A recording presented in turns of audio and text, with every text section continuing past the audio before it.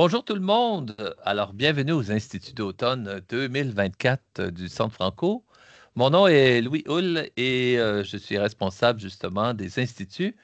Il me fait très plaisir de vous souhaiter la bienvenue aujourd'hui à la formation qui a comme titre Au-delà du système des indices, évaluer autrement, avec nos deux formatrices, Monia Gaudreau et Mélanie Courtemanche. Avant de débuter, quelques petites consignes. Alors, premièrement, veuillez noter que cette formation est enregistrée et qu'elle sera rendue disponible au cours des prochaines semaines sur le site du Centre Franco. Vous avez probablement aussi remarqué que vous avez accès à votre micro ainsi qu'à votre caméra. Donc, libre à vous de décider d'ouvrir votre caméra, mais on vous demande en même temps de mettre votre micro en sourdine durant la présentation. Il est certain que si vous avez des questions ou des commentaires, vous pouvez toujours utiliser la boîte de clavardage. Enfin, nous aimerions remercier le ministère de l'Éducation qui, grâce à son financement, rend possible cette formation aujourd'hui. Alors, il ne me reste qu'à vous souhaiter une excellente formation. Et puis, je passe maintenant la parole à Monia et Mélanie. Bonne formation tout le monde. Merci, Bonjour tout le Louis. monde. Merci, Louis. Pour vous dire que le code QR qu'il y a sur la première page ici et sur les pages qui suivent, c'est un code qui mène à la présentation si jamais ça vous intéresse. On se présente, Mélanie, tu veux commencer? Je m'appelle Mélanie Courtemanche. Je suis présentement consultante en éducation. J'ai été enseignante pendant 16 ans, conseillère pédagogique aussi pendant 3 ans en évaluation et dans l'équipe tactique. Et par la suite, je suis allée à la direction d'école, comme direction adjointe d'abord, comme direction d'école par la suite. Et présentement, je travaille beaucoup pour le Centre Franco et je crée du matériel extraordinaire. Et aujourd'hui, je suis avec vous. Donc, je suis une passionnée d'éducation. Si on avait à me donner, si j'avais à choisir un personnage de bande dessinée pour me représenter, ce serait Obélix parce que je suis tombée dans la marmite. J'ai donné ma première leçon à l'âge de 11 ans dans la classe de ma mère qui enseignait elle aussi. Donc, et voilà, j'ai bien hâte à cette présentation. Bienvenue à tous. Oui. Merci. Bienvenue à tous. Merci de prendre ce temps, le temps si précieux de votre journée pour faire du développement professionnel. Je suis consciente, étant en salle de classe, que c'est le temps des bulletins de progrès. Alors, merci de prendre ce temps-là. Alors, je me présente, Monia Gaudreau. J'enseigne depuis une trentaine d'années, plus de 30 ans. Je suis à ma dernière année avant ma retraite. Alors, petite retraite qui s'en vient en juin prochain. Moi aussi, comme Mélanie, je baigne dans l'éducation. Puis même si je vais prendre ma retraite l'année prochaine, je vais continuer à travailler comme consultante en éducation. Présentement, j'enseigne en 7 et 8 avec des élèves qui sont en difficulté d'apprentissage, mais mon bagage est tout au niveau de l'apprentissage, de la lecture et de l'écriture. Alors, tout ce que j'ai appris quand j'enseignais en première, deuxième année, je réutilise avec mes élèves en difficulté d'apprentissage. Je suis à l'école Gisèle Lalonde. Bienvenue tout le monde. Avant de faire connaissance, on va faire la reconnaissance du territoire. Alors, nous remercions les peuples autochtones pour le partage de ce territoire où nous nous retrouvons, connu sous le nom de Oniatario, dérivé du terme Mohawk, lac magnifique pour l'Ontario. Nous reconnaissons que chaque terre partagée par les peuples autochtones nous donne toutes les richesses dont nous avons besoin. Nous reconnaissons les générations qui l'ont parcouru, ceux qui la parcourent présentement et ceux qui la parcourront. Les appels à l'action du rapport de la Commission de la vérité et de la réconciliation nous parlent de l'importance de l'éducation à comprendre notre passé et le territoire sur lequel nous habitons, afin que nous puissions cheminer ensemble dans un esprit uni. Alors moi, je reconnais aujourd'hui que je suis sur le territoire Anishinaabe. Pour ceux qui veulent la présentation, comme vous voyez, on l'a mis à plusieurs pages. Elle est encore dans le haut de celle-ci. Pendant que les gens utilisent le code QR pour avoir accès à la présentation, on vous demanderait, juste pour nous donner une idée, votre nom, votre niveau, votre région, juste pour qu'on puisse un peu vous connaître. Il n'y a pas besoin d'être plein de détails, c'est vraiment juste pour nous donner une idée, puis nous permettre aussi de s'adapter puis d'ajuster notre présentation en fonction de tout ça.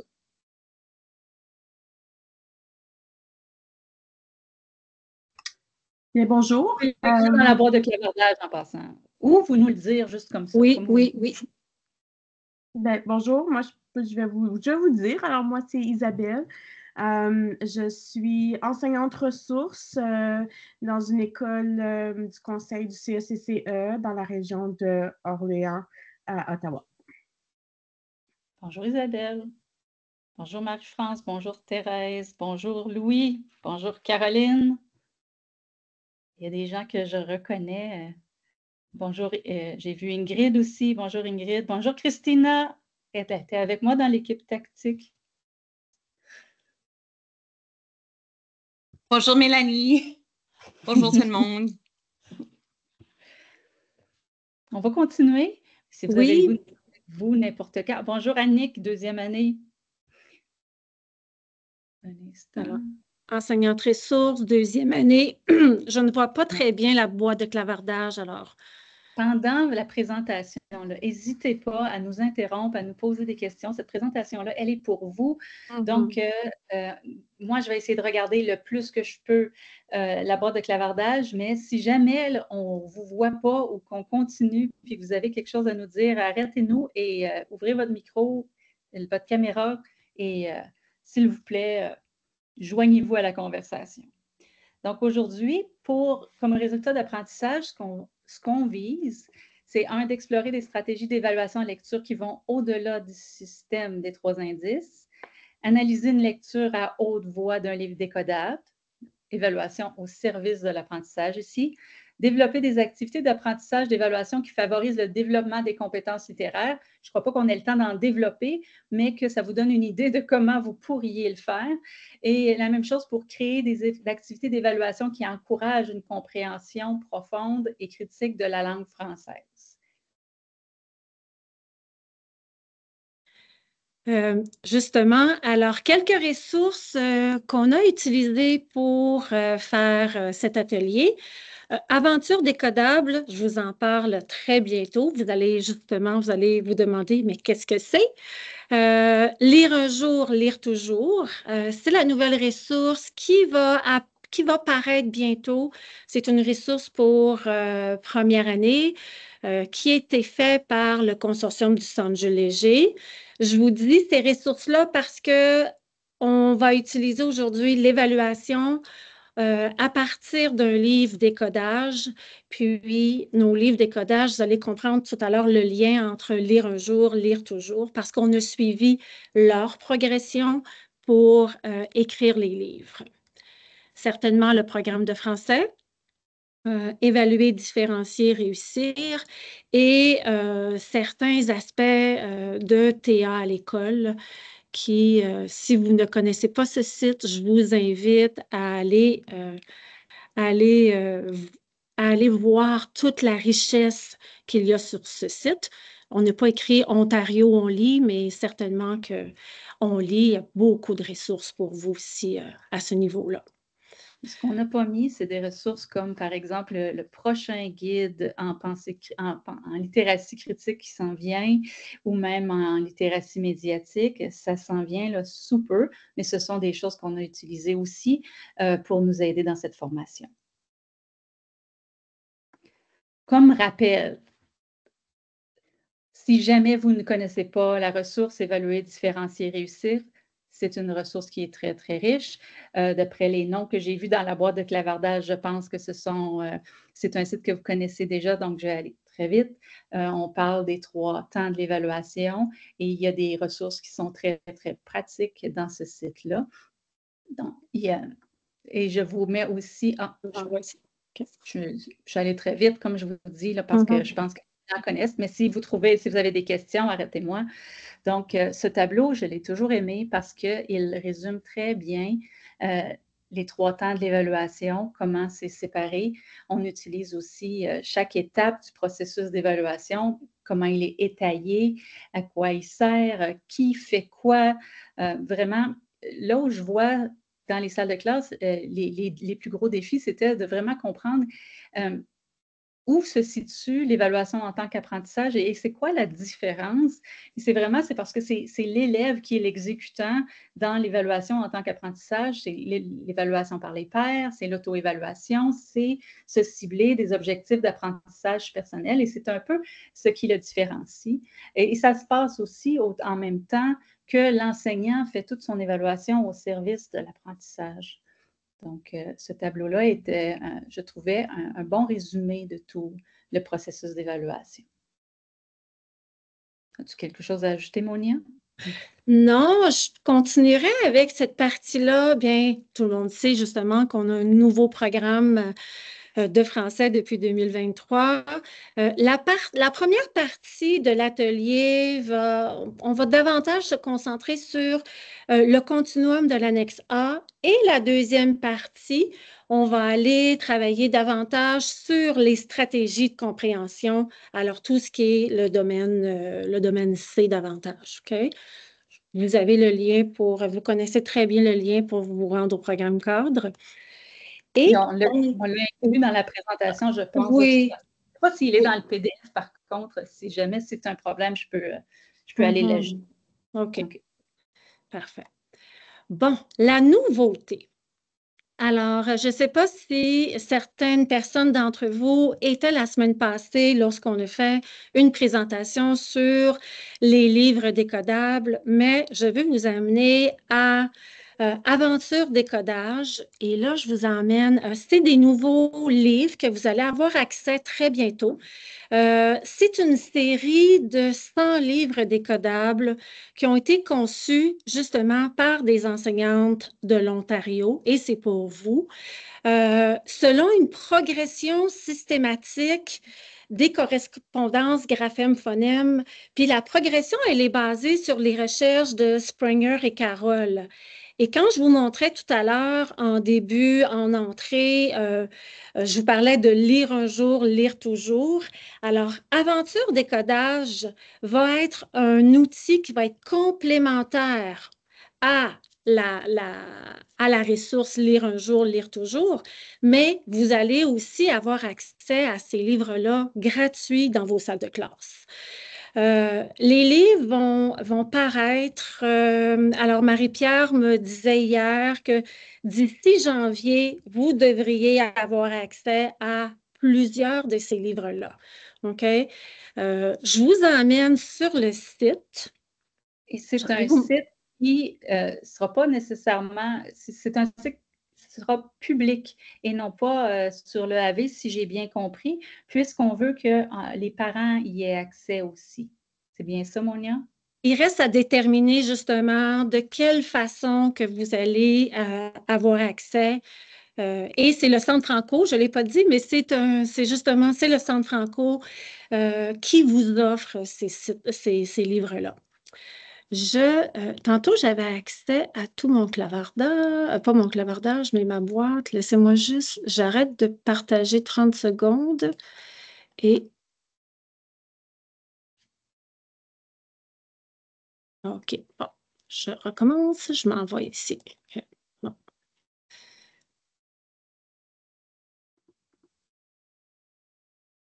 Et nous voilà. Vous voyez bien? Okay. Alors, oui, le site est en construction, alors, mais je vais vous montrer. Il y a 3 séries de livres. Alors, la première série va travailler au niveau c'est vraiment, ça travaille au niveau de la correspondance graphème-phonème et du plus simple au plus complexe. Et je vais vous montrer tantôt toutes les graphèmes, toute la progression qu'on a utilisée pour faire les livres. Je vous montre ici, alors, série 1. Si je clique sur série 1, mon but aujourd'hui n'est pas de vous faire vraiment le tour du site, mais je vais vous amener parce que je veux vous montrer comment ça va être convivial à utiliser. Vous allez avoir une centaine de livres, des doublons pour chacun des fiches ici. Comme le premier livre, il a été écrit avec seulement 6 lettres. Alors, c'est tout un défi d'écrire des livres avec une histoire avec 6 lettres. Vous allez voir, c'est vraiment mignon. Alors, vous allez retrouver un doublon pour la même fiche. Alors, vous allez avoir 2 versions. Une version numérique pour votre tableau et une version aussi en PDF qui va être c'est facile à imprimer. Ça s'imprime en couleur sur des feuilles de 8,5 par 11. J'aimerais ça vous lire une histoire parce qu'on va utiliser cette histoire-là comme outil d'évaluation formative. Okay? On a enregistré un élève de première année qui lisait cette histoire. On va l'utiliser justement pour aller entendre, pour aller voir, pour évaluer sa qualité de lecture et aussi son exactitude en lecture. Alors, le premier, c'est celui-là. Ah, Dodo, bébé au lit, que je vous lis. On voit quand même assez bien. Alors, Dodo, bébé au lit. Dans le livre, vous allez retrouver des notes pédagogiques, un résumé, le nombre de mots. Ça, c'est dans chacun des livrets. Les connaissances et les habiletés, alors les structures syllabiques à l'oral qui ont été utilisées dans ce livre-là de façon progressive. Aussi, les correspondances, graphèmes, phonèmes qui sont en vedette. Comme ici, dans ce livre-là, c'était le « on », le son « on » et le son « b ». Alors, la lettre B qui était en vedette. Retenez ça, ça va être intéressant de voir notre élève lire quand il va lire l'histoire. Vous allez voir. Les mots fréquents à l'étude, on avait une liste de mots fréquents à respecter. Alors, on a le bon, le des, le en, le fin, le mais, petit, c'est. On a une adaptation visuelle pour chacun des livres pour les lettres muettes à la fin des mots, soit que ce soit le E ou les lettres, les D muets, les S, les T. Okay? Alors, on a une partie prépare-toi à lire. Alors ça amène, justement, ça va guider votre enseignement aussi. Comment j'amène l'enfant à se préparer à lire, présentation des personnages, la lecture des mots fréquents avec vos élèves, lis le son ou les sons en vedette. Alors ici, vous voyez bien, on va amener vous allez amener vos élèves à lire les sons vedettes, en faire vraiment un bel enseignement explicite. Et quelques lectures, quelques syllabes, justement, qu'on a utilisées pour faire les livres. Parfois, ça va être des mots, des non-mots aussi. Allons voir l'histoire. Ah oui, j'oubliais, le lexique. Les livres sont décodables à plus de 80%. Okay? Alors, le taux de décodabilité, c'est 80% et plus. Même si les mots sont décodables, parfois, on a besoin justement d'expliquer aux élèves la signification du mot. Et cette partie-là, elle est adaptable. On vous recommande fortement de l'adapter au profil de vos élèves, au profil langagier, à leurs besoins. Je commence alors. Dodo, bébé au lit. Il y a un bateau sur les flots. Une foule de hérons barbus marche. Les hérons murmurent une mélodie. Maman est lasse. Son petit bébé ne dort pas. Les hérons puent et le bébé pleure. Les larmes roulent sur ses joues rondes. Des larmes roulent sur ses joues rondes. J'ai une idée. On le fera dormir avec ma chanson, dit maman. Je ne chanterai pas, mais Mélanie rit. Dodo, mon petit bonbon, dodo sur mes flots marrons, dodo, mon petit pompon, sur le beau bateau. Bébé ne dort pas. Il rit des rimes en on. Il rit fort et se roule en boule. À la fin, il s'endort sur son petit bedon. Bon de dos, au fond du bateau, bébé au lit. Très belle histoire avec peu de lettres, je peux vous le dire. Et à la fin, vous avez des activités pédagogiques. Alors, vous allez recevoir une centaine, pas une centaine, mais 100 livres décodables pour vous aider à appuyer justement tout le domaine B de votre salle de classe, pour vous appuyer à faire l'enseignement explicite. Qu'est-ce que vous en pensez? Des petites réactions? Allez jusqu'à maintenant. Est-ce que c'est un besoin dans vos écoles?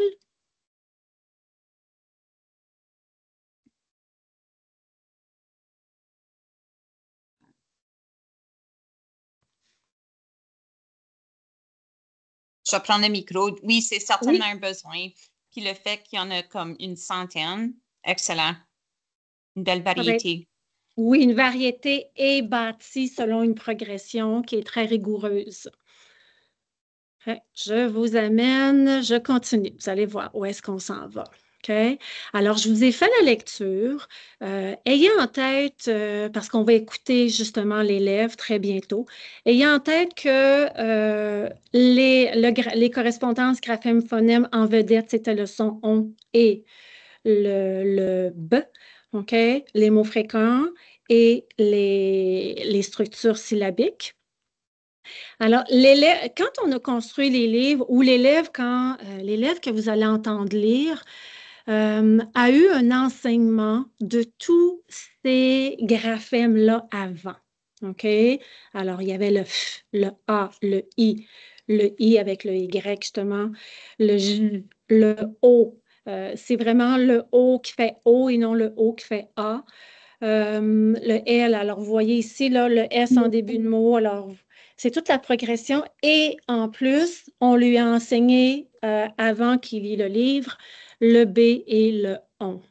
OK? On pose souvent la question, est-ce qu'on devrait enseigner tout ça avant de présenter chacun des livres? Et si c'est le cas, on a des élèves qui ne vont pas au même rythme. Est-ce que ça va fonctionner? Est-ce qu'on va arriver? Qu'est-ce que tu réponds à ça, Monia? Oui. Bien, ça va dépendre en quelle année vous allez utiliser les livres et ça va dépendre toujours quand vous allez faire le choix des livres. Vous devez faire un choix de livre en fonction de ce que l'élève sait déjà aussi ou en fonction de où est-ce que vous êtes rendu dans l'enseignement de votre progression. OK? Au niveau votre progression qui doit être enseignée de façon systématique, là, OK? Est-ce que tu es capable de grossir un peu l'écran parce que je ne pense pas que les gens vont pouvoir lire ce qui est écrit? Ici, je ne peux pas le grossir, mais c'est un tableau synthèse de la collection que vous allez recevoir, il va être diffusé lorsque le site va être prêt. Alors, ça va vous donner vraiment une bonne la progression de la série 1 à la série 3 par rapport aux structures de phrases, par rapport aux choix de mots, par rapport aux CGP qui ont été sélectionnés. Alors, série 1, je voulais passer rapidement la progression. La série 2, vous voyez, on a utilisé les mêmes codes aussi que le programme cadre. OK, alors on se retrouve facilement. Ce n'est pas la même progression qui est dans le programme cadre. Et la troisième série, vous voyez, c'est beaucoup plus, alors c'est les S, alors c'est toutes les graphies contextuelles davantage et les sons très complexes. Alors, ce que j'aimerais faire, c'est de vous amener, alors une petite mise en pratique. Je vais vous faire écouter la lecture de notre élève de première année. Il l'a lu le 15 octobre, alors c'est la semaine passée. il faut prendre en considération qu'est-ce qui a été enseigné. J'aimerais que vos observations, ça pourrait être sur les méprises. Vous pouvez faire des observations sur certaines méprises ou aussi sur la qualité de sa lecture, soit sur le rythme et sa prosodie. Et une fois qu'on a terminé d'écouter notre élève, j'aimerais que vous réagissiez, que vous me dites, ah, qu'est-ce que vous pensez de sa lecture? Puis après ça, je vais vous montrer un peu, moi, comment j'en ai passé, qu'est-ce que j'ai pensé dans l'analyse. Et je vais aussi vous montrer des outils d'analyse qu'on vous donne aujourd'hui. Il n'y a rien de parfait, je peux vous dire, parce que quand on disait au-delà du système des indices, bien, comment est-ce qu'on peut aller écouter nos élèves lire, OK? Comment est-ce qu'on peut noter justement la qualité de sa lecture et aussi alors la prosodie et en même temps noter les méprises, mais toujours en fonction de qu'est-ce que j'ai enseigné. Ça, c'est important d'avoir ça en tête. Ce qu'il y a de magique là-dedans, c'est que ça nous permet d'identifier le type d'erreur aussi pour qu'à la fin, on puisse réorienter notre enseignement, qu'on puisse cibler des choses à travailler avec nos élèves en particulier, parfois un groupe d'élèves, parfois avec un élève en particulier. Donc, et ça nous montre comment le faire. Et la grille que Monia a préparée est vraiment exceptionnelle, je trouve. Tu peux continuer. Oui, bien, on s'en va voir, on s'en va écouter. C'est presque 4 minutes. Alors, si vous avez un crayon... Et ce n'est pas un test, là, c'est juste non, pour pas du tout. que vous êtes capable de noter en écoutant la lecture de cet élève charmant.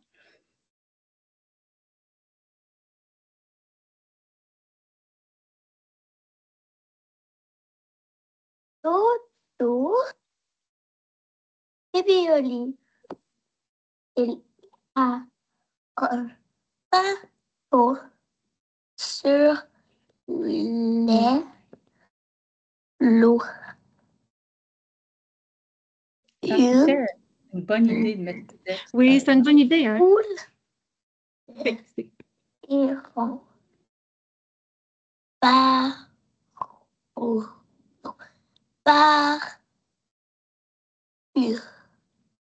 marche les héros mur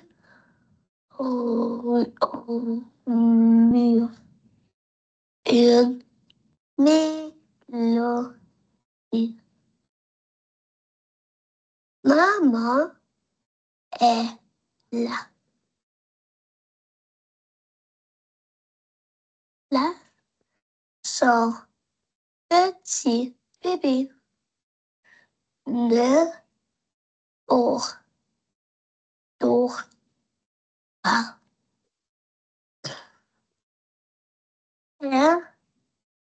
Ils eu et le bébé. Le et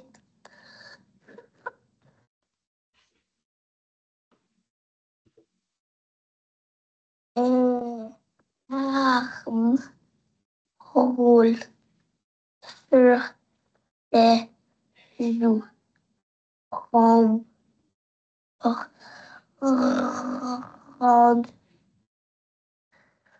J'ai eu idée. On le fera dormir avec ma gentille maman. Dodo, mon petit bonbon. Dodo. Lui, il chante. Melon. Marron. Dodo. Mon petit bonbon. Le O, E, O, Le son fait le E à U. O, Donc, sur le O, U, sur A le bas, beau. oui. Da, O. Baby, the, O, A, d'or, A, il, ri, rime, O,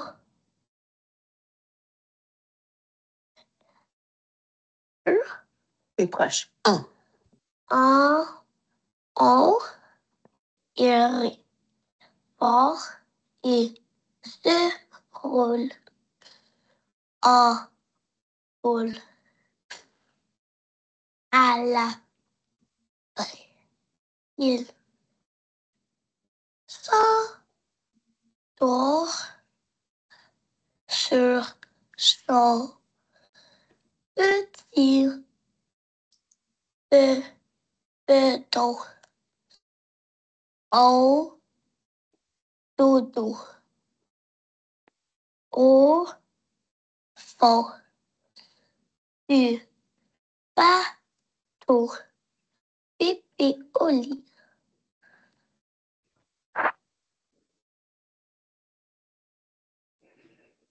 Alors, qu'avez-vous pensé de sa lecture au niveau de la qualité? Puis après ça, la prosodie, de sa fluidité. Et après, on revient ensemble sur certains éléments, sur certaines méprises qu'il a fait. Et je vous montre un peu les grilles que j'ai utilisées. Ne vous gênez pas, prenez le micro.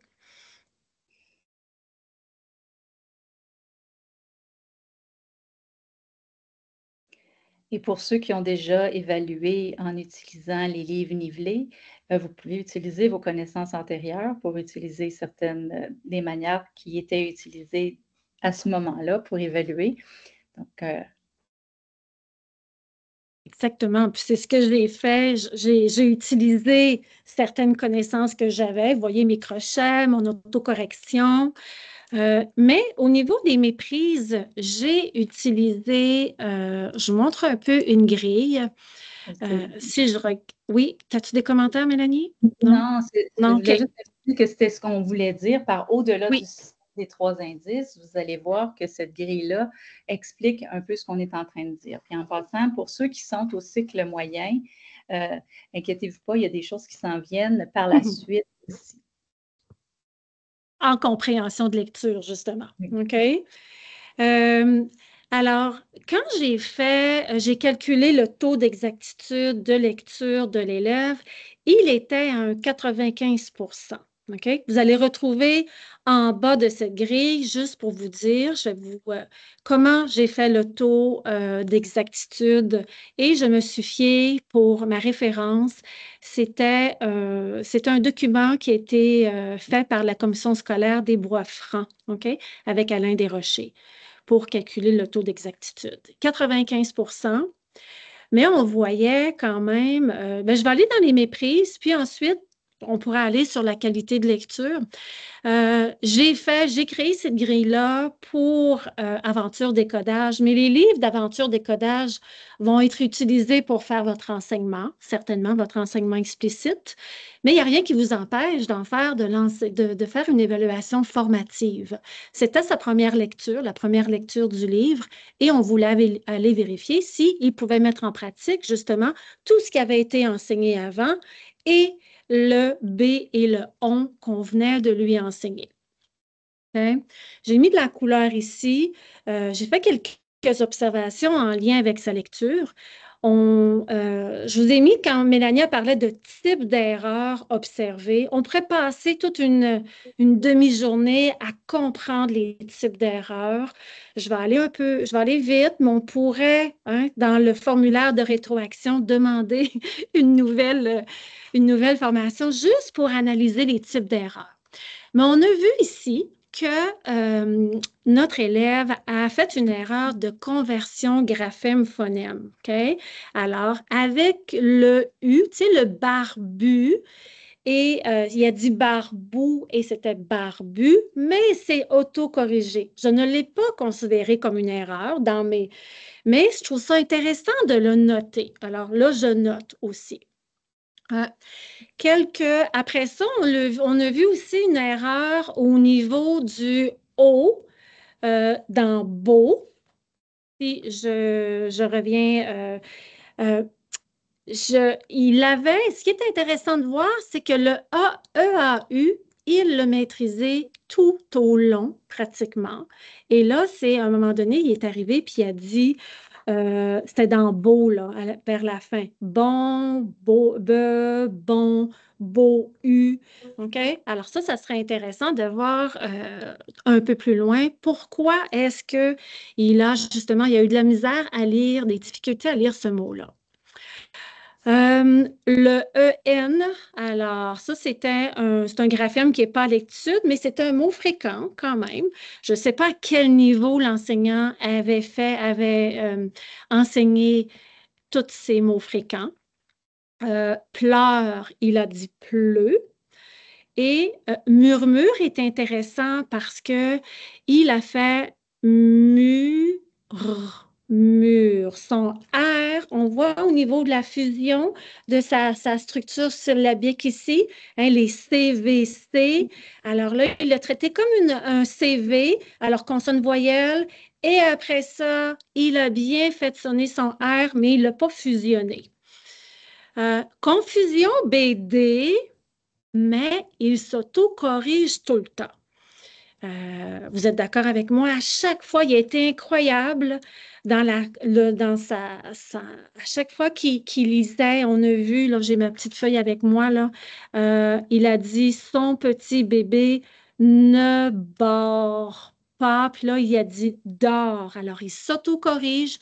Je ne le compte pas comme une erreur, c'est certain, mais j'en tiens compte pour voir parce que n'oubliez pas que la lettre B était la lettre vedette ici. Ça veut dire qu'on a besoin d'automatiser cette lettre-là. Il y a des choses qu'il faut noter, comme par exemple le son B et le son D. Il peut y avoir des méprises jusqu'à la fin de la deuxième année. Donc, on le garde en tête, mais ce n'est pas encore un drapeau nécessairement.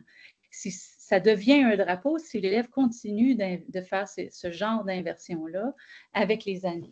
Donc, mais ça nous aide vraiment à cibler puis à voir est-ce qu'avec un enseignement systématique, on peut tout de suite éliminer ce type d'erreur. Exactement. Puis, on voudrait l'automatiser assez rapidement, le BD, pour plus que... Oui. Une petite parenthèse pour mettre en vedette l'apprentissage de l'écriture cursive dans ça. Bien, quand on parle d'inversion BD, si on a montré dès la première année ou même avant l'écriture cursive, ces inversions-là, BD, sont beaucoup moins fréquentes parce que l'élève ne la fait pas, cette inversion-là, quand il écrit au cursif, parce que la lettre est complètement différente. Donc, ça peut vraiment beaucoup aider à ces élèves-là qui auraient une tendance à inverser des lettres comme ça. Des sons. C'est ça. Puis, puisque c'est de l'évaluation formative, hein, on veut aller vérifier justement qu'est-ce que j'ai enseigné, est-ce qu'il est capable de mettre en application, qu'est-ce qu'on lui a enseigné et quelles sont mes prochaines étapes avec cet élève-là. Erreur de décodage de mots fréquents, il y avait le « en », oui, puis il y avait le « me » et il a dit « me », puis ça écrit « mais ». C'est intéressant ici aussi, connaissance sémantique. Il a dit, c'était écrit pompon, il a dit bonbon, mais quand j'ai analysé le texte, c'était mon petit bonbon juste en haut avant. Alors, au niveau de l'histoire, il pouvait remplacer bonbon par pompon et ça ne faisait aucune différence au niveau sémantique. Mais c'est quand même une erreur sémantique. On vous donne aussi une échelle d'appréciation. pour justement aller voir le rythme et la prosodie. Malgré qu'il lisait avec un taux d'exactitude qui était à 95 c'était très syllabique, mot à mot, et c'est normal pour une première lecture d'un livre en plus. Et on était le 15 octobre. Sa vitesse est laborieuse, alors certainement qu'on veut travailler au niveau de sa fluidité. Puis, s'expression, il y avait quelques intonations. C'est drôle dans la chanson. Oui, il a chanté même, hein? Il est meilleur que moi. Puis, alors, c'était vraiment, tu sais, il était vraiment dans le décodage. Ça, c'est clair. Donc, que pensez-vous de cette analyse? Est-ce que ça vous aide un peu à voir comment on peut utiliser les livres décodants? Et est-ce que cette grille-là pourrait vous aider dans votre salle de classe?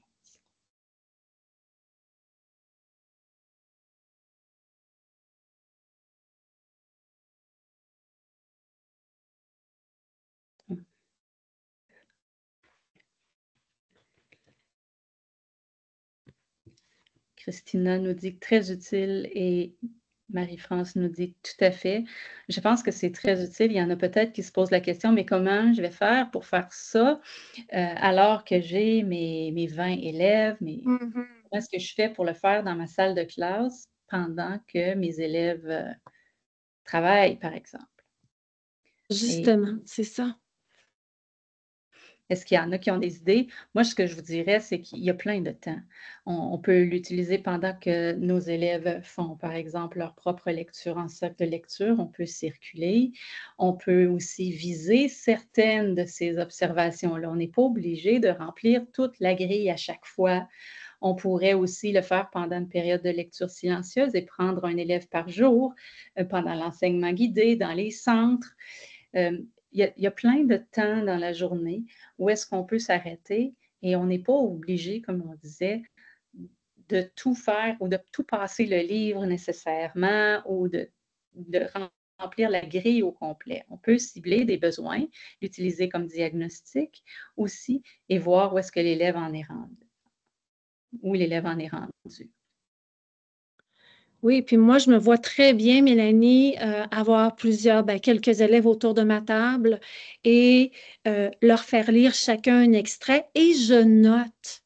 Et après ça, ça peut vraiment mieux guider mon enseignement. Alors, c'est vos observations qui vont guider vos prochaines étapes, voir est-ce que je continue ou je dois revenir sur certains aspects de mon enseignement explicite que j'ai déjà fait.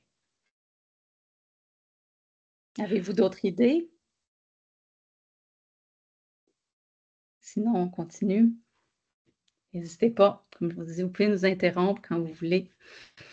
Oui, puis avec ceux qui sont un peu plus grands, plus vieux, même en première année, des fois, sont capables, si on se fait un petit coin d'enregistrement, c'est possible de faire enregistrer vos élèves, puis les réécouter par la suite. Alors, plein de stratégies que vous pouvez mettre en place de gestion de classe. Je vous donne quelques... Oui, vas-y, Mélanie. Tout à l'heure, je disais qu'il y aurait des ressources pour les plus vieux, mais en fait, cette ressource-là, on peut l'utiliser à tous les niveaux. Quand on a des élèves en difficulté, on en reçoit des élèves qui parfois nous arrivent en 4e, 5e, 6e année qui ne savent pas lire ou qui ont des très, très grandes difficultés de lecture. Cet outil-là peut nous être très, très utile. Et voici quelques interventions pédagogiques pour vous aider à développer la fluidité en lecture. Je n'ai pas mis les hyperliens, mais si vous faites une recherche par mots-clés, vous allez les retrouver. Et plusieurs, je suis certaine, connaissent déjà ces stratégies-là à mettre en place. Comme cadeau, j'avais développé ça pour la semaine passée. Je vous donne une démarche pour comment j'utilise un livre décodable pour enseigner la lecture. Je suis certaine qu'avec votre expérience, vous allez pouvoir enrichir cet outil-là. Et si vous êtes intéressé, là, je vous ai donné le PDF, mais demandez-moi la copie modifiable. Ça va me faire plaisir de vous la donner pour que vous puissiez la mettre à votre main, ajouter certaines stratégies, peut-être en faire une cape avec votre groupe d'enseignants. Et je termine avec cette partie-là. On a dans nos salles de classe on commence à avoir de plus en plus de livres décodables et on a aussi encore nos livres nivelés qui existent. On en parle beaucoup, mais chaque type de livre a sa place. Il est certain que les livres décodables, ils sont là davantage pour développer les compétences de décodage, la fluidité. Mais les livres nivelés, quand vous les regardez de près, parce que je vous ai donné, quand vous regardez les niveaux les critères de nivelage, dans des diapos subséquentes, je vous ai donné les critères de nivelage et on peut les utiliser, mais il faut vraiment aller regarder comment le livre a été fait, quels sont les critères, comment les phrases sont construites. Mais la grande différence entre un livre décodable et un livre nivelé, c'est que le livre décodable, c'est le code qui a été vraiment comment je peux, pas maîtriser, mais soigneusement regarder de près. Alors, quand je parle de code, je parle de justement la progression des CGP, la structure syllabique, la structure des syllabes, le choix des mots, le choix oui, des structures de phrases, mais le choix des mots fréquents. Contrairement aux livres nivelés, on est là, c'est plus un type de texte qui est varié, c'est la phrase. Je vous amène juste là, ici, là, à la prochaine, ici. Alors, si vous allez voir ça, les critères de nivelage, on a la présentation du texte, les illustrations, la longueur du texte, c'est ça qui est contrôlé dans un livre nivelé. Le style du texte et toute la syntaxe. Alors, vous pouvez aussi utiliser vos livres nivelés pour enseigner certaines parties de la syntaxe qui est votre annexe B, là. OK? Alors, allez voir, on vous les donne, les critères de nivelage, c'est toujours intéressant de les avoir. OK? Et là, pour les stratégies de compréhension de lecture. Excusez, j'ai oublié que je devais maintenant vous partager. Oui, Mélanie, c'est ça, je vais arrêter de partager, je vous donne l'écran. Okay? Je te donne l'écran.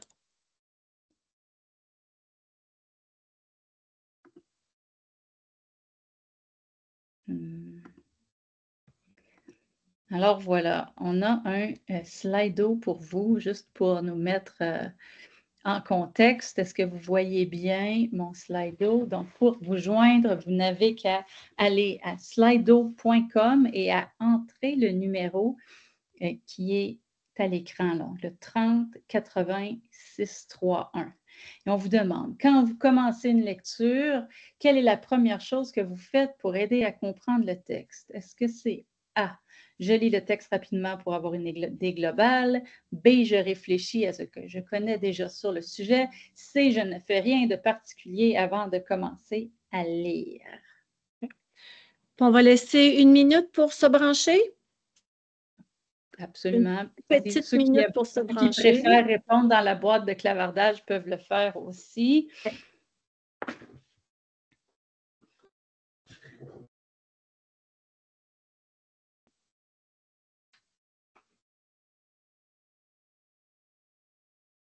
Donc, je vous dirais que la réponse ici dépend beaucoup du type de texte qu'on s'apprête à lire.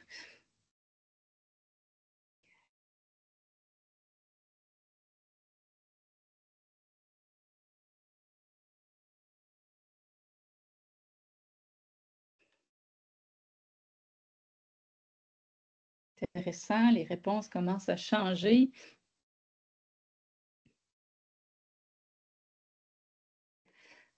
Donc, si je vous disais, par exemple, qu'on s'apprête à regarder un livre qui traite des microplastiques, à ce moment-là, notre démarche de lecture, quand on vient pour commencer à lire un texte, va être différente de si je décide de lire un livre de Anne La Maison au Pignon Vert, probablement.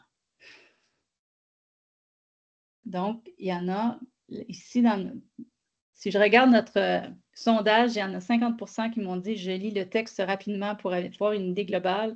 Il y en a qui nous ont dit qu'ils ne faisaient rien de particulier avant de commencer à lire et d'autres qui ont dit « Je réfléchis à ce que je connais déjà sur le sujet ». Et je vous dirais qu'ici, si c'était nos élèves, qu'est-ce qu'on aimerait qu'ils soient en train de faire? On voudrait souvent qu'ils réfléchissent. On les amène souvent, nous, en tout cas, en tant qu'enseignants, à réfléchir à ce qu'ils connaissent déjà sur le sujet. Ça ne veut pas dire que les autres stratégies ne sont pas bonnes, mais ça veut surtout dire qu'il y en a que c'est vrai. Souvent, on pense à rien et on commence à lire, et c'est correct aussi, mais je veux qu'on soit en train de penser à différentes stratégies de lecture ici. Si je vous amène à la prochaine. En passant, quand je fais ça ici comme ça, est-ce que vous voyez uniquement mon écran ou est-ce que vous voyez aussi tout ce que j'ai? C'est juste. Monia, est-ce que tu vois… Ben, ton écran, ton Slido. On voit le choix des réponses et on voit progresser le pourcentage au fur et à mesure que les gens se branchent. C'est ce que je me posais comme question. Bon, comme ça. Donc, lorsque vous lisez un texte pour la première fois, est-ce que c'est utile de faire des prédictions sur ce qui va se passer ensuite et pourquoi?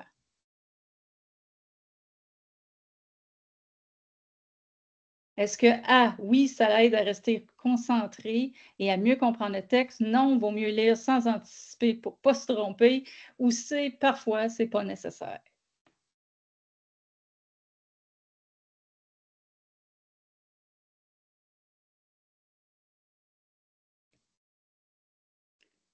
Ici encore, il y en a qui me répondraient parfois, ce n'est pas nécessaire et c'est absolument exact. Parfois, ce n'est pas nécessaire. La réponse la moins vraie, je vous dirais que c'est probablement le B. Donc, le non, il vaut mieux lire sans anticiper pour ne pas se tromper. C'est peut-être la moins bonne des réponses. Et ici, si on parle dans un contexte scolaire, souvent, on essaie d'amener les élèves à faire des prédictions pour que justement, ils s'engagent dans leur lecture davantage et qu'ils comprennent mieux le texte. Prochaine. Pendant que vous lisez un texte, comment vérifiez-vous que vous avez bien compris ce que vous lisez? Est-ce que A, je m'arrête de temps en temps pour me poser des questions sur ce que je viens de lire? B, je continue de lire sans m'arrêter jusqu'à la fin du texte? Ou C, j'attends la fin pour voir si tout devient clair à ce moment-là? Et si on est très honnête, on pourrait répondre A, B et C parfois dans certains contextes. Si on pense dans un contexte de salle de classe, est-ce que ça vaut la peine de s'arrêter en cours de lecture pour vérifier ce qu'on a compris souvent? Et c'est ce qu'on essaie de montrer à nos élèves, ce qui ne veut pas dire que parfois on n'attend pas jusqu'à la fin. Puis c'est vrai que parfois, dans certains contextes, c'est à la fin que tout devient clair. Si on pense par exemple à un roman policier, souvent c'est juste à la fin que tout devient clair parce que toutes les pièces du morceau se mettent ensemble. Mais en général, encore si je reviens à mon texte sur les microplastiques, c'est utile de s'arrêter dans le milieu pour se poser des questions. On peut assurer notre compréhension, revenir en arrière un peu pour s'assurer qu'on va comprendre la suite. Ensuite, pourquoi est-il important d'apprendre aux élèves à résumer un texte après l'avoir lu? Est-ce que c'est A, cela les aide à se souvenir des détails du texte? B, ça leur permet de bien structurer ce qu'ils ont lu et d'en dégager les idées principales? C, c'est pas nécessaire. Le résumé ne fait pas partie des compétences en lecture. Ça ne fait pas partie de mon programme cadre. Ou des textes prescrits, non? On avait ça avant. Comme vous voyez dans les choix, il y en a qui sont plus faciles à mettre faux, alors que les autres, il y a des hésitations parce que ça pourrait se prêter aux deux. Il pourrait y avoir plus qu'une bonne réponse. Quelle serait la meilleure? Et c'est ce qui permet de faire la différence. Là, ce n'est pas des grosses questions de pensée critique ici, mais si on avait à en formuler pour des élèves, l'idée d'avoir une gradation, d'avoir une réponse qui n'est pas bonne, une réponse qui est meilleure, Puis une réponse qui est encore meilleure, souvent, ça oblige l'élève à faire un choix et c'est là qu'on peut voir vraiment la différence entre celui qui comprend le mieux et celui qui comprend, mais juste à moitié. Mais des fois aussi, il faut poser des questions parce que des fois, l'élève qui a vu... celui qui nous répondrait, par exemple, cela les aide à se souvenir des détails du texte, j'irais poser la question, est-ce qu'il y a d'autres choses qui pourraient être utiles? C'est des choses comme ça. Donc, de questionner nos élèves et pas uniquement se fier à une réponse de choix multiple, par exemple, pour déterminer sa compréhension. Mais je mets ces genres de questions-là parce qu'on les a retrouvées souvent dans les tests provinciaux avec des échelles de gradation comme ça, où il y avait plusieurs bonnes réponses, puis il y en avait une qui était meilleure que les autres. Ensuite, quand vous lisez un texte, faire des liens entre ce que vous lisez et votre propre expérience aide-t-il à la compréhension? A, oui, cela rend le texte plus pertinent et aide à mieux comprendre. B, il vaut mieux ne pas mélanger ce que vous savez avec le texte. C, ça dépend du texte ou du type de texte.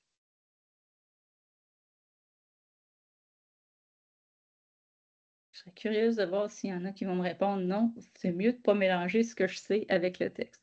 Dans le fond, cette réponse-là, le B, ça pourrait ne pas être bête dans un sens parce que des fois, quand on veut briser des biais, il faut qu'on mette de côté ce qu'on sait et ce qu'on pense pour aller voir le point de vue d'un autre. Donc, dans cette mesure-là, à ce moment-là, cette réponse-là, si on la justifie puis qu'on l'explique, peut devenir bonne aussi. Puis faire des liens, c'est vraiment aussi dans la stratégie d'activer ses connaissances antérieures, parce que pour activer ses connaissances, on doit utiliser les liens, alors ce qu'on connaît avec le texte. Alors, si on reprend les stratégies une à la fois, quelle stratégie on a en lecture? On a activer les connaissances préalables. Comment est-ce qu'on peut faire ça? Bien, avant de lire un texte sur les animaux marins, on peut leur demander ce qu'ils savent déjà, mais ça pourrait aussi de relier des nouvelles informations et des expériences ou des connaissances acquises. Puis une manière de le faire, bien, utiliser un remue-ménage ou des discussions de groupe pour générer des idées.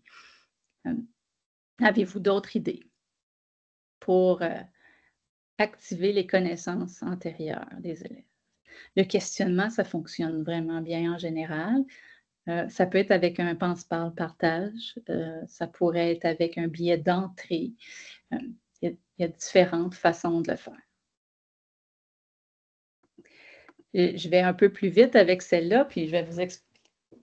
Parce que je sais que ça, ce n'est pas nouveau. Donc, c'est dans le programme cadre, c'est cité très, très clairement, mais ce ne sont pas des choses qui sont nouvelles, ce sont des choses qu'on connaît depuis plus longtemps. Donc, je vais les passer rapidement pour qu'on puisse aller plus en profondeur dans ce qui est vraiment nouveau de notre programme cadre aussi. Oui. Donc, oui. Puis Mélanie, quand on a préparé justement notre présentation, on est allé voir dans le programme cadre comment les stratégies de compréhension, puis on a vu que ce sont les mêmes stratégies de compréhension de la première à la 8e année, peut-être même 9e si je ne me trompe pas, mais première à 8e certainement, mais que quand on regardait dans le tableau, quand on mettait côte à côte les niveaux scolaires, on pouvait voir la progression dans le continuum. Elles portent le même nom, mais elles sont vraiment différentes d'une année scolaire à l'autre. Alors, ça vaut la peine d'aller voir qu'est-ce que notre programme cadre dit. Ça va vous diriger aussi comment l'évaluer. Au niveau de l'envergure, il y a une grosse différence, mais aussi pour savoir qu'est-ce qu'ils ont fait avant et vers quoi nos élèves doivent se diriger. Ça aussi, ça peut nous aider dans notre planification aussi, pour bien cibler. Donc, la stratégie 2 qui est déterminer l'intention de lecture, bien, avant de lire un texte informatif, clarifier si l'objectif, c'est quoi l'objectif? Est-ce que c'est de trouver des faits? Est-ce que c'est de comprendre une opinion? Est-ce que c'est de répondre à une question? Puis aider les élèves à adopter la bonne posture quand vient le temps de lire un texte en fonction de ces intentions-là de lecture. Donc, on peut proposer des questions qui sont ciblées. On pourrait leur demander aussi simple que quelle est l'intention de lecture? Est-ce que c'est se divertir, s'informer? Est-ce que c'est convaincre? Est-ce que c'est comprendre? Est-ce que c'est Pourquoi est-ce qu'on lit aujourd'hui? Qu'est-ce que l'auteur essaie de nous faire comprendre? Quel type d'histoire penses-tu que c'est? Ou quels sont les indices dans le titre ou la couverture qui pourraient t'aider à déterminer l'intention? Donc ça, ce sont différentes questions qui pourraient nous aider à aller cibler l'intention de lecture. Et faire des prédictions, puis les confirmer. Donc, ça, c'est intéressant. Puis on le fait, nous autres, d'une façon inconsciente. Par exemple, je vous parlais du roman policier. Là, tout au long de la lecture, on fait nous-mêmes des prédictions, puis on se dit, OK, je pense que ça va être lui le coupable parce qu'il a fait ci, il a fait ça.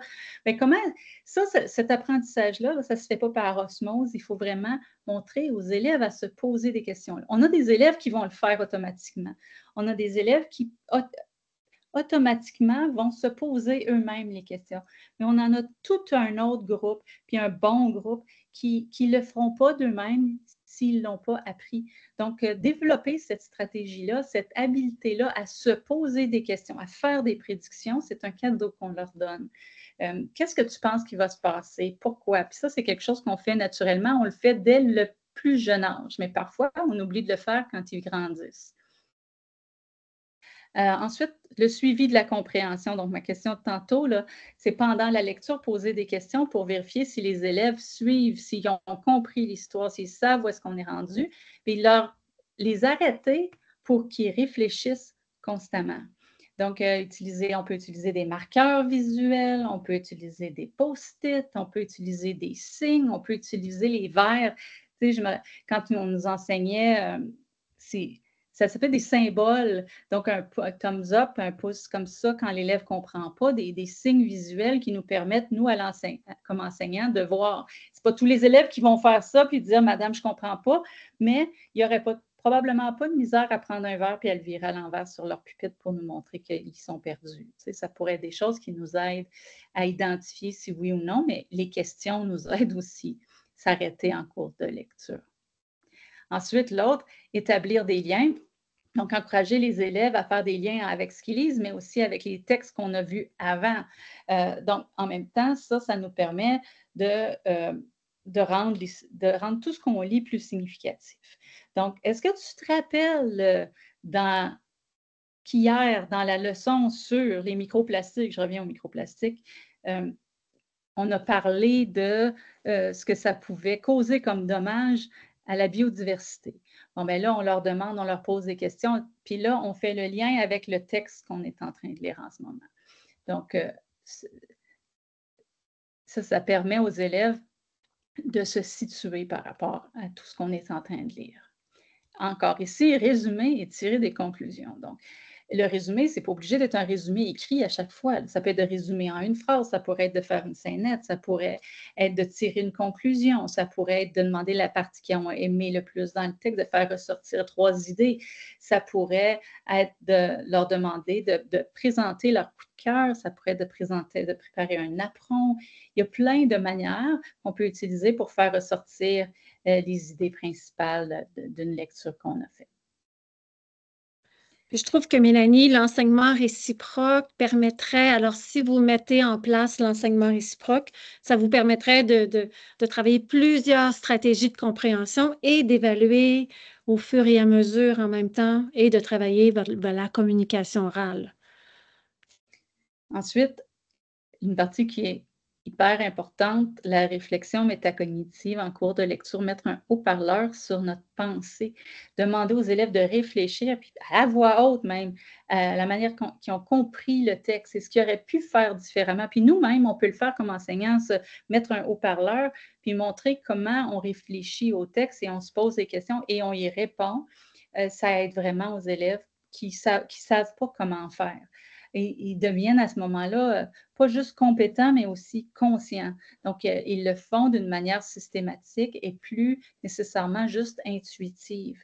Donc, puis quand on leur demande, toi, comment tu lis, toi, comment tu apprends, souvent, il y a des élèves qui n'ont aucune idée comment ils lisent ou comment ils apprennent, mais il y en a d'autres qui le savent très bien. Puis quand ils le disent à haute voix, là, l'élève fait « Hey, moi aussi! » Donc, si tu demandes à un élève, toi, quand tu te rappelles des paroles d'une chanson, est-ce que tu entends la mélodie en même temps? Est-ce que c'est ta voix que tu entends ou c'est celle du chanteur? Et là, tu peux tout à coup voir comment cet élève-là est en train, comment fonctionne sa mémoire auditive à lui. Ou quand il est en train de lire un texte, on lui demande, est-ce que toi, qu'est-ce qui se passe dans ta tête quand tu lis le texte?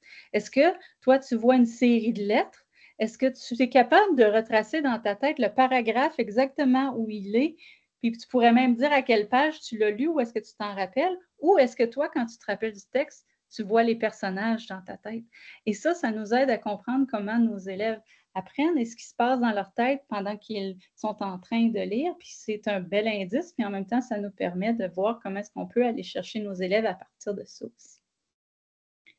Alors, je passe à la prochaine partie qui est, je dirais, une partie, c'est pas nouveau, on en parle depuis longtemps de pensée critique, mais là, finalement, c'est mis d'une façon qui est très explicite dans le programme cadre, comment et je vous garantis qu'il y a des belles ressources qui s'en viennent à ce niveau-là, que le ministère et le centre ont préparé sur la pensée critique en littératie d'une manière spécifique. Comment est-ce qu'on peut comprendre le texte, les perspectives, les enjeux d'un texte? Comment est-ce qu'on se questionne et comment est-ce qu'on analyse les différents niveaux de sens?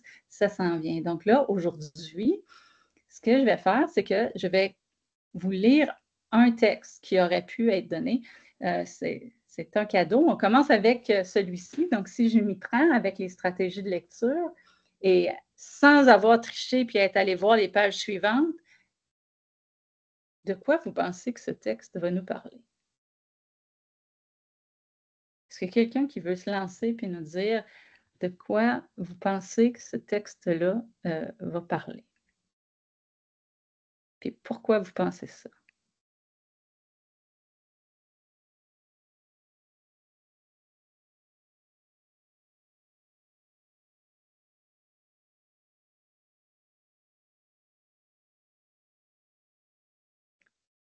Personne qui veut se lancer, ça va, je comprends, j'y vais. Donc, ce que je vais vous demander, le dernier oiseau, ça aurait pu être le dernier oiseau. On va voir, on va aller voir ce qui se passe. C'est un texte, c'est un cadeau qu'on vous donne en ce moment. Je me suis amusée parce que justement, je voulais travailler les stratégies de pensée critique et je les ai donc incorporées dans le texte. Donc, je m'y mets. Donc, je vous mets au défi pendant que je lis le texte. Puis, Monia, on va s'arrêter au stop. Je vous mets au défi de nous retrouver. Attendez une minute. Je devrais peut-être expliquer une des stratégies avant.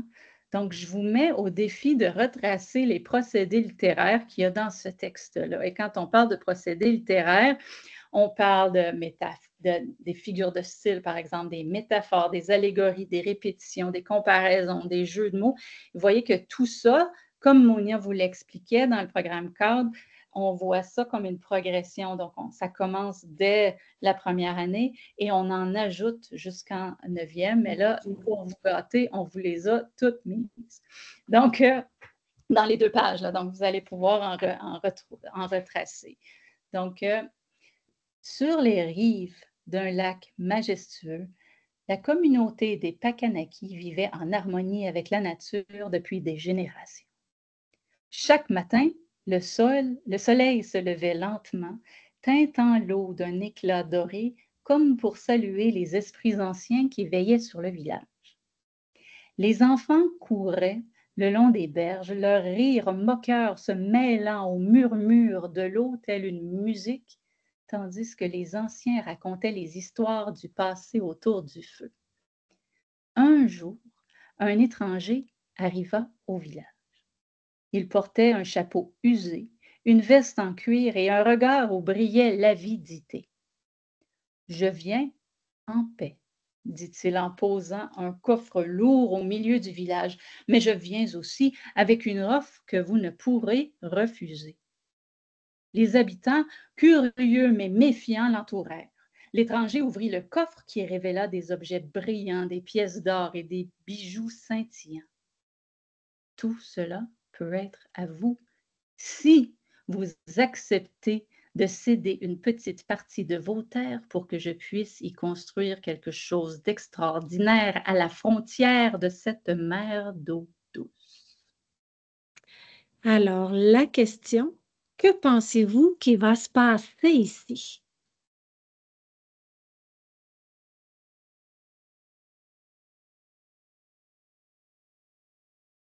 Vous pouvez écrire votre réponse dans le chat, prendre le micro, ne vous gênez pas.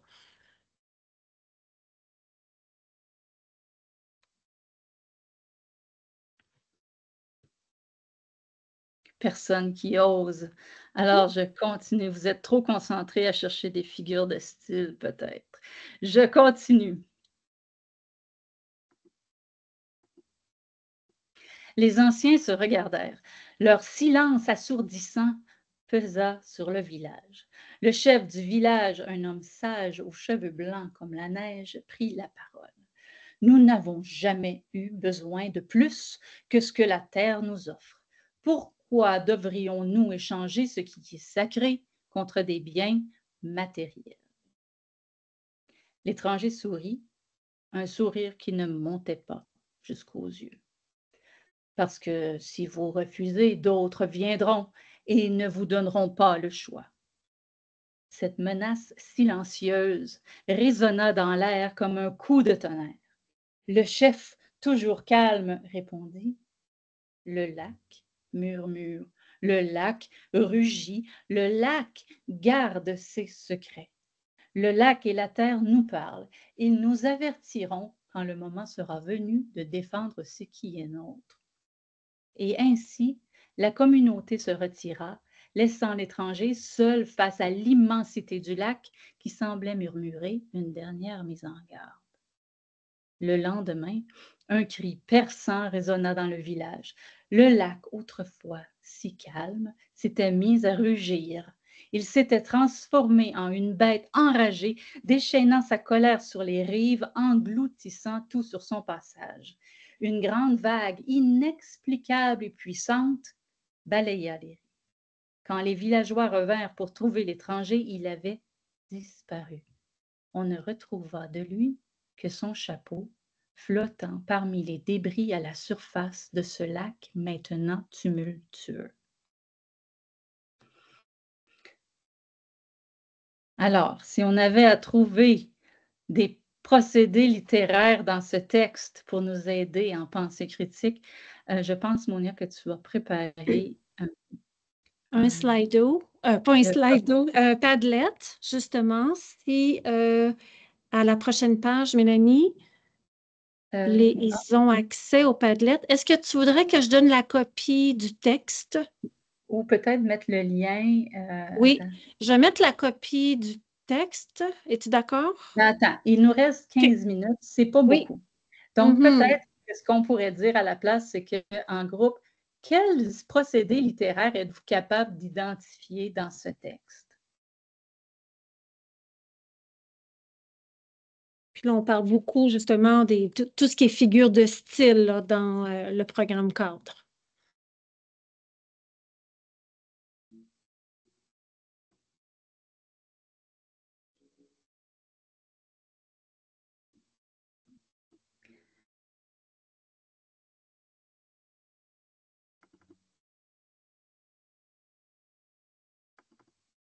Est-ce qu'on peut trouver de la comparaison?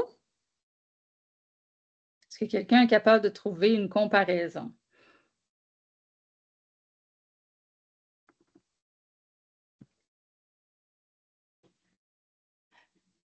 Ça serait utile d'avoir le texte à afficher. Okay. Oh, désolé. C'est bien correct. Voulez-vous la première partie? Peut-être dans la première partie, est-ce que vous êtes capable d'identifier une figure de style? Donc, je vous en donne juste pour vous donner une idée. Est-ce que vous pourriez trouver une personnification dans une... On vous en demande beaucoup, hein? 5h45. Ce que je peux faire pour vous, peut-être, si ça vous intéresse, oui, le lac majestueux, on pourrait dire le soleil se levait lentement comme pour saluer les esprits anciens, ou le lac et la terre nous parlent, ou le lac s'était mis à rugir comme personnification aussi. Est-ce que vous voyez des métaphores? Oui, mais Christina a vu des métaphores. Il y en a quelques-unes dans le texte, comme par exemple, le lac autrefois si calme s'était mis à rugir. Il s'était transformé en une bête enragée, comme exemple. Puis on a aussi, oui, il portait un chapeau usé, une veste de cuir et un regard où brillait l'avidité. Un beau texte, Mélanie, que tu as écrit. Je me suis amusée. Et je me suis amusée quand j'ai écrit les allitérations et l'assonance, la différence entre les deux. L'allitération étant... l'un étant les consonnes et l'autre, la répétition de consonnes et l'autre, la répétition de voyelles. Donc, leur rire moqueur se mêlant au murmure de l'eau telle une musique, ou encore partie de vos terres pour que je puisse y construire quelque chose d'extraordinaire à la frontière de cette mer d'eau douce, des choses comme ça. Où il y a des hyperboles. Le lac, autrefois si calme, s'était mis à rugir. Le contraste entre le calme et la terreur, ou encore, on aurait pu dire que c'est une antithèse. À ce moment-là aussi, encore, soudain, on aurait pu... et comment... Il y a aussi l'oxymore, le silence assourdissant des anciens pesait sur le village, le silence qui était assourdissant. Donc, il y en avait plusieurs dans ce texte-là. C'est une pratique c'est intéressant à faire avec nos élèves parce que là, on peut les lancer comme détectives pour qu'ils puissent identifier différentes figures de style. Soit ça, ou on aurait pu leur donner un texte qui était vraiment, vraiment banal et à ce moment-là, leur demander de le réécrire en ajoutant de la couleur, en utilisant les figures de style ou les procédés littéraux qu'on est en train de travailler avec eux. En même temps, on a travaillé aussi la prédiction tout à l'heure. On aurait pu travailler, on pourrait faire des inférences avec ça aussi. On aurait pu leur demander qu'est-ce qui est arrivé, si on lit le texte, si on lit la dernière phrase du texte, on ne retrouvera de lui que son chapeau flottant parmi les débris à la surface de ce lac maintenant tumultueux. On pourrait leur demander, oui, on pourrait demander, expliquer pourquoi l'auteur a choisi d'utiliser ça. On pourrait leur demander ici, qu'est-ce que tu es capable de lire entre les lignes? Et évidemment, il n'y a pas nécessairement juste une bonne réponse à tout ça. D'autres choses qu'on aurait pu faire en pensée critique ici. Une autre manière de regarder les inférences, c'est dans une histoire où un personnage rentre chez lui qui est tout mouillé puis qui est tremblant, on pourrait faire une inférence et qui a traversé une tempête sans que ça soit dit dans le texte. Ça, c'est une des choses qu'on peut travailler en littératie critique. Les analyses de texte, on pourrait le diviser en parties. On pourrait utiliser la structure narrative. On pourrait parler des personnages. On pourrait leur demander de faire l'analyse critique, d'aller au-delà de la surface du texte ici. Par exemple, si on voulait aller au-delà de la surface du texte, qu'est-ce qu'on est en train d'explorer aussi que notre programme cadre et le ministère sur lequel il essaie vraiment de mettre l'accent en ce moment, on a essayé, en tout cas, c'était ma tentative, puis encore une tentative qui est vraiment très humble, je le ferai vérifier avant, mais j'ai essayé d'amener la perspective de la protection de la terre, la valeur attachée à la terre et comment est-ce qu'on pourrait, par exemple, ajouter le contexte autochtone. Évidemment, il faut y aller avec délicatesse ici, vérifier quand on n'est pas certain, mais c'est de plus en plus, si on peut aider nos élèves à partir des histoires, à partir de récits, aider nos élèves à comprendre les perspectives, les traditions, les enjeux des peuples pour qu'il y ait une meilleure compréhension. On peut leur aider à mieux comprendre les communautés. Attendez, là, j'ai sauté bien des pages, mais donc, si on peut aller voir les perspectives dans les textes ici, il y a 2 différentes perspectives. Il y a la perspective de l'étranger qui arrive, mais il y a aussi la perspective des anciens. Quelle est la différence entre les deux? Quel est le point de vue de chacun des personnages? Et même, on pourrait même aller puis prendre le lac dans tout ça. C'est quoi sa perspective à lui? Quels sont les points de vue qui sont explicités? Quels sont les points de vue qui sont implicites? On pourrait utiliser ce texte pour aller approfondir toutes ces choses-là dans le texte. Et on peut aussi, évidemment, aller analyser les éléments culturels dans ça, faire référence aux cultures, aux coutumes, aux traditions, aux croyances, et tout en développant et tout en faisant attention à la sensibilité culturelle dans ça.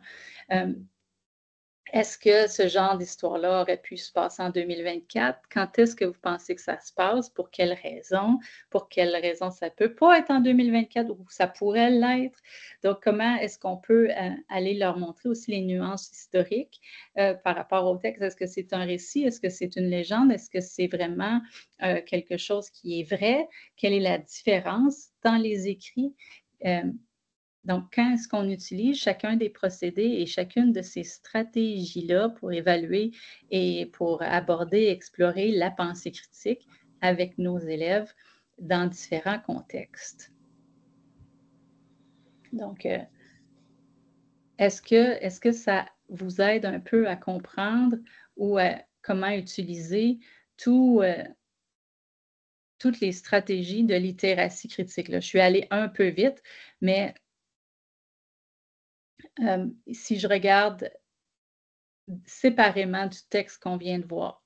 Donc, on peut demander aux élèves d'identifier les procédés littéraires dans un passage. On peut leur demander l'effet sur le texte. Qu'est-ce que ça va amener au texte qu'on est en train d'étudier? Est-ce que le fait d'avoir ajouté des figures de style dans ce texte-là, est-ce que ça l'a enrichi le texte? Est-ce qu'il y en avait bien trop et que ça l'a nuit à la compréhension? Ça pourrait aussi. Et là, le fait que je vous ai dit avant de commencer la lecture, concentrez-vous sur les procédés littéraires. Est-ce que là, ça l'a nuit à l'histoire et à la compréhension du texte? Est-ce que parce que vous étiez en train de chercher des procédés littéraires, vous avez oublié le fond de l'histoire? Donc, quand on pose des questions à nos élèves en cours de lecture, ça peut avoir tout un impact. Et moi, ce que je vous dis, c'est qu'un texte qui mérite d'être lu peut être lu plus qu'une fois, peut être lu plusieurs fois, peut être exploité de différentes façons. Donc, on pourrait le lire une fois juste pour l'histoire. On pourrait l'utiliser au niveau de l'analyse culturelle. On pourrait revoir ce texte-là encore et revoir les procédés littéraires. On pourrait revoir ce texte-là et l'étudier en fonction des perspectives autochtones ou des perspectives culturelles. On pourrait l'utiliser pour voir est-ce que ce texte-là suit la structure du récit ou est-ce qu'il ne le suit pas? On pourrait l'utiliser pour leur demander de changer la fin. On pourrait l'utiliser pour leur demander de l'illustrer autrement. On pourrait leur demander aussi de